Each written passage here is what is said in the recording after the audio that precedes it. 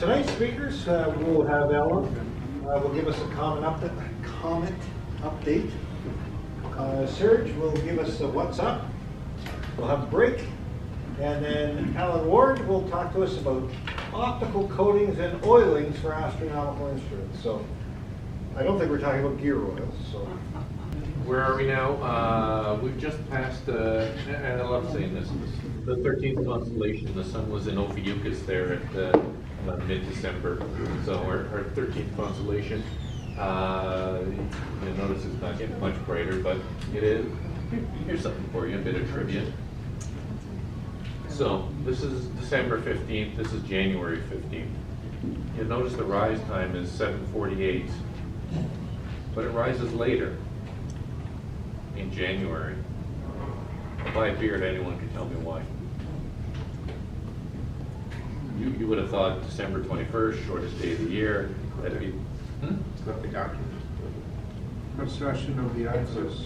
No, it's because, isn't it because the speed at which the Earth is going faster now? So you have your earliest sunset about December the 3rd around here, and that you kind of stalled. So that was 4:45. Because I always look at this because I'm light deprived at this time. particularly so sensitive. that you kind of stall there at 4:40. I don't care about the morning because I'm a late riser, but. You But at wouldn't night. guess so. She's often up early, and I'm certainly not. Anyway, on the right track. But so it's so the sun will have kept rising later and later and later until the 4th of January. Right. And then after that time, it starts to rise earlier. So by so we haven't even got to the 4th of January. No, I skipped right over it, but you're Yeah. right, it is January 4th. Yeah. So I'm assuming it's because we're closest to the sun at this time. Yeah, that is So we're January. traveling faster in our orbit. So it's kind of like vibration almost. We're just getting a little bit ahead of ourselves. Do you remember seeing analemma, that figure 8 on the globe? So if you take a picture of the sun at the same time every day throughout the year, you'll trace out that figure 8. Right. Now, if you, instead of at high noon, it's that upright one. But if you're late at night at sunset, that figure 8 is tilted on its side, if you can imagine. And the December 21st date is when you're at the very, very bottom of that figure 8. So if you can imagine that figure 8 coming up, it's not till you get to that bottom loop of the 8 that you get the latest sunset, and then sunrise on the other side of it. So it's close, if you can imagine the analemma there. So the December 21st is the shortest day of the year. It's the least amount. Yeah, hooray, we're past it. That was my birthday. Oh, was it? Yeah. Oh, you're a solstice baby, are you? Yes. Anyhow, so that's, you know what, I'll try and do a graphic for you guys maybe next month in January to show why that is. But it's the analemma there. It's where the sun is and on that figure 8 curve. So the bottom is the shortest day of the year, the top is the longest, but where you are at the edges of those figure 8s, where it touches the horizon, is when your latest and earliest sunrises, sunsets, and that are. So it's a bit off. You're right, it's January 4th. So that is definitely cool. So where was I going with all this? Lost my streak. Anyways, let's just keep going. Venus is absolutely brilliant in you have to get up in the morning to see it, but it is up way early, right, compared to when the sun rises. So you got a lot of time to see Venus in the morning hours there.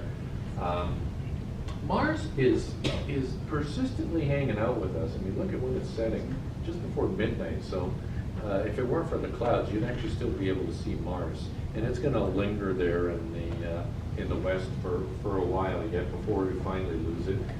Jupiter is just coming out of conjunction with the sun, so you'll catch it in the morning. Deep. Damien Peach took an amazing picture of Mars on Christmas Day. Oh, really? I didn't see I that. couldn't believe it. I mean, it's pretty far away. Yeah.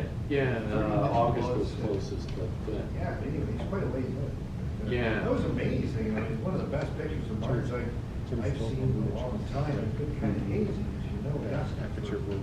So the thing about Mars is it's always at its closest in August.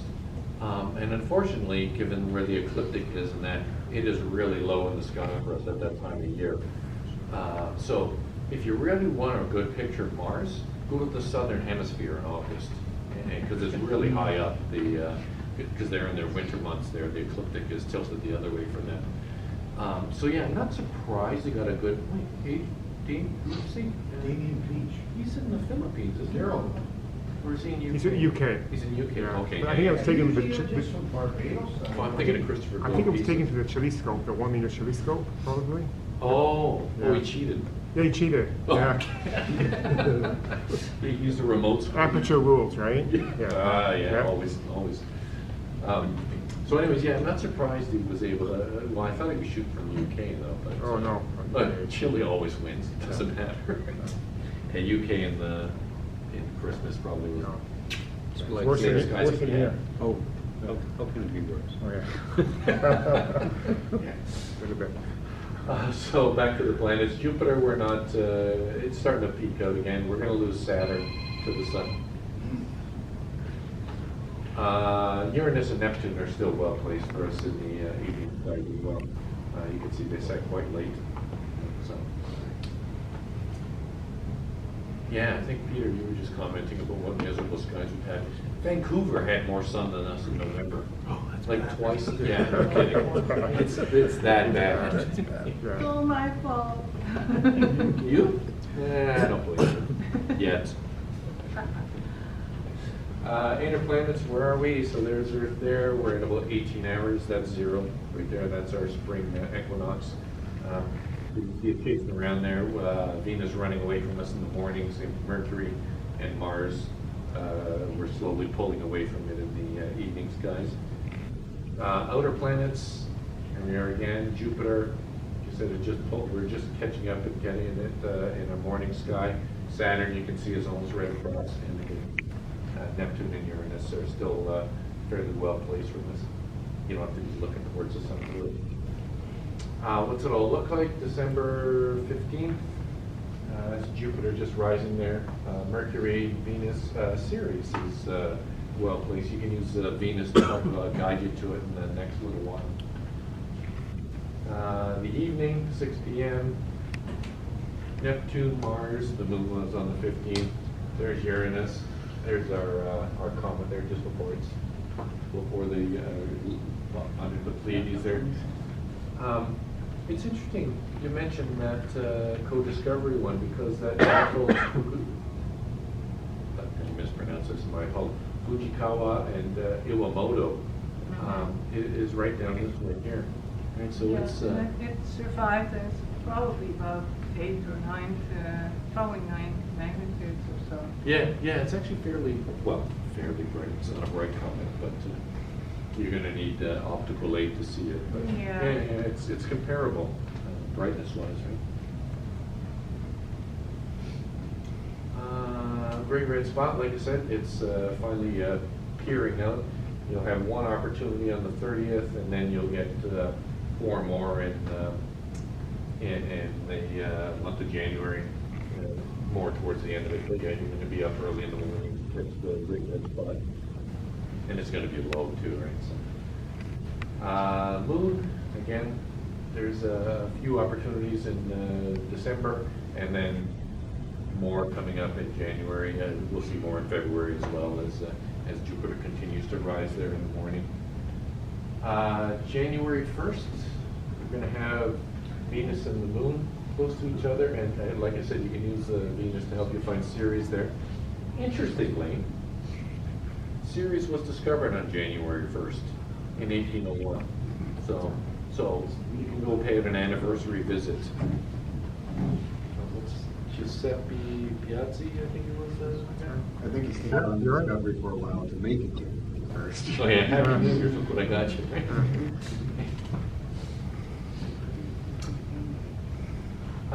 January 2nd, we've got this neat little arrangement: Jupiter, the Moon, Venus, and again Ceres there. In a very picturesque arrangement. Hinting. We have an astrophotography contest coming up. This would be something you could do with a wide field. Like you don't need just a camera on a 30-second exposure pull this out. This is 7 a.m. It might be a bit bright by then. So if you want to hit it like 6 a.m. or a bit earlier, or Jupiter won't be up 6:30. You might get a better shot of that. But that's southeast right there. So if you're going to try and photograph that, you're going to need a nice clear horizon in that direction. January 3rd, we have the Quadrantide. Thank you. Yeah, so the radiant is just here off of Bootes, so it's interesting. Normally the meteor showers are named after the constellation that they're in. Go ahead.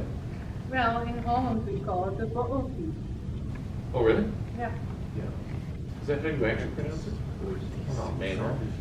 Why Why didn't anybody correct me until now?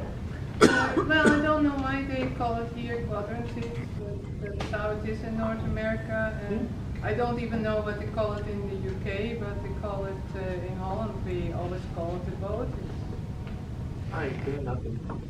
I thought you were going to answer the question for me. I was really kind of curious myself. Sorry. Hey, you left me hanging, Helen. Well, I'm sorry to leave you hanging, but I didn't know the answer either. Don't even worry. So, parent body, there's Macholtz again, our buddy, but this is a good one. 100 per hour is the rate on this one. So, if the skies clear up, it ought to be fairly good. It's cold and it's cloudy, so this is why no one knows about it. But yeah, but no, it's a good one. 100 is a really. I good think most of those are snowflakes. Frozen eyebrows, frozen tears in my eyes. January 3rd, Earth's at perihelion. You were hinting at this earlier, Marie. So this is at our closest approach to the sun. We're 147 million kilometers, as opposed to the average 49, I think is the average or something like that. But yeah, that's at our closest, or it's the biggest and brightest it is. Apparently that's also why we don't get so bad, as miserable as the winters are here. They'd be worse if we were at aphelion instead. The northern hemisphere is mostly land now, so it cools off quicker. Australia's getting 45-degree days. Say which? Australia is getting 45-degree days. Oh, because of the being at perihelion there. But again, not a fun place to be. Oh yeah, except for Clark, maybe. Yeah, he's in Melbourne. That's a bit further south, so they might be cooler. Also, January 3rd, Jupiter and the Moon are hanging. Oh yeah, sorry, the previous one was the second, where the Moon was there. So yeah, come the 3rd, Jupiter and the Moon will be hanging out together there. Oh yeah, I forgot to mention the previous day, if you check out the phase between Venus and the Moon. I'm not sure if it's still exhibiting phase. Somebody follow up on that, let me know. Go out, observe January 2nd. Let me know how it went. The 5th, there's actually an eclipse of the sun. It's a partial, and nowhere near here. So it starts in Asia and drifts across the lake. Yeah, so in any case, so it's a partial. It isn't a particularly wonderful one. There's, I think, a couple, one or two in 2019 in Argentina, Chile, down there. Yeah, So, July. if anyone wants to go for a drive. Okay. I drove to the last one. Let's keep it up. Bit more south. Yeah, a bit Just more a south. little bit more Yeah, south. like Patagonia, kind of a bit more south. January 6th, Venus is at greatest elongation, so it's widest separation from the sun there. It's still it's dimming out a bit, but still minus 4.33. That's quite the bright one there. The 10th, we've got Neptune and the Moon hanging out together there.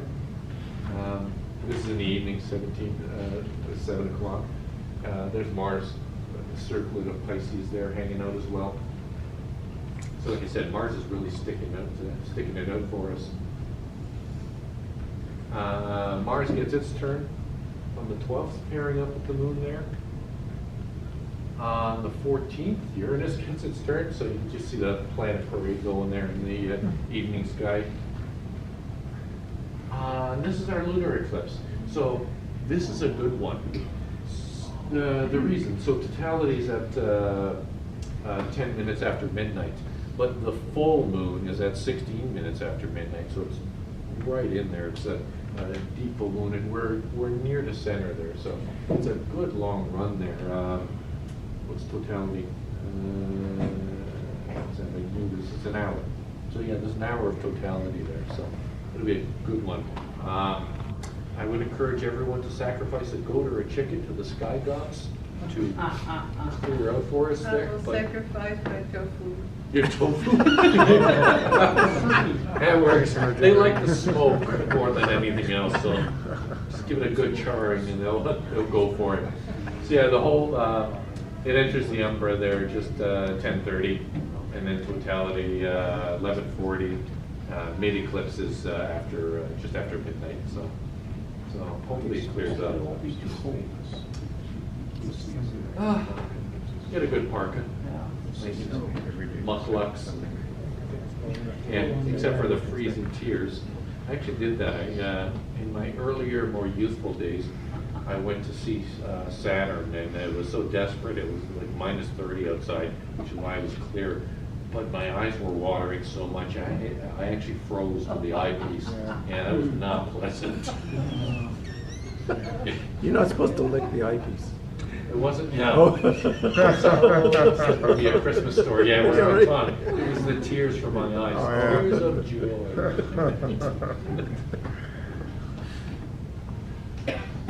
January 22nd, we've got a conjunction. Venus and Jupiter are, well, conjunction, it's 2.5 degrees within each other. They're not really on top, but it's a nice close pairing there. Again, 6 a.m., so this is going to be a morning object for you. Also on the 22nd, later on that evening, the Moon and Regulus are playing nicely together there. Comet 46P, you've already hit on that. So it is tracking pretty much where they said it was going to be, although you can see there's quite a disparity between what people think the brightnesses are. That's probably because it's so diffuse, it's hard to estimate what it is, right? Very hard for people to, and there are methods for it, but it is still very tricky Yeah, to do. yeah. So that's why you're seeing that spread there. So don't get too excited. It says magnitude 4, but that's if everything were condensed to a single point of light, it would be magnitude 4. And given how spread out it is, that's not actually how bright it is. You're going to need optical aid to see it. The same chart you showed. This one I did myself using Starry Night. And That's so yeah. nicer than what I had. No, I don't think so, actually. I like yours, to be honest. So I had Johnny take a picture of the screen. I'm going to go look at them myself. But yeah, you can see it here. There's, he said that was like the other night. There's the 29th, January 2nd, 8th, 12th, 18th, and you can see it hooks in towards the end of January. They're towards the major, heading towards the Big Dipper. That's all I got for you.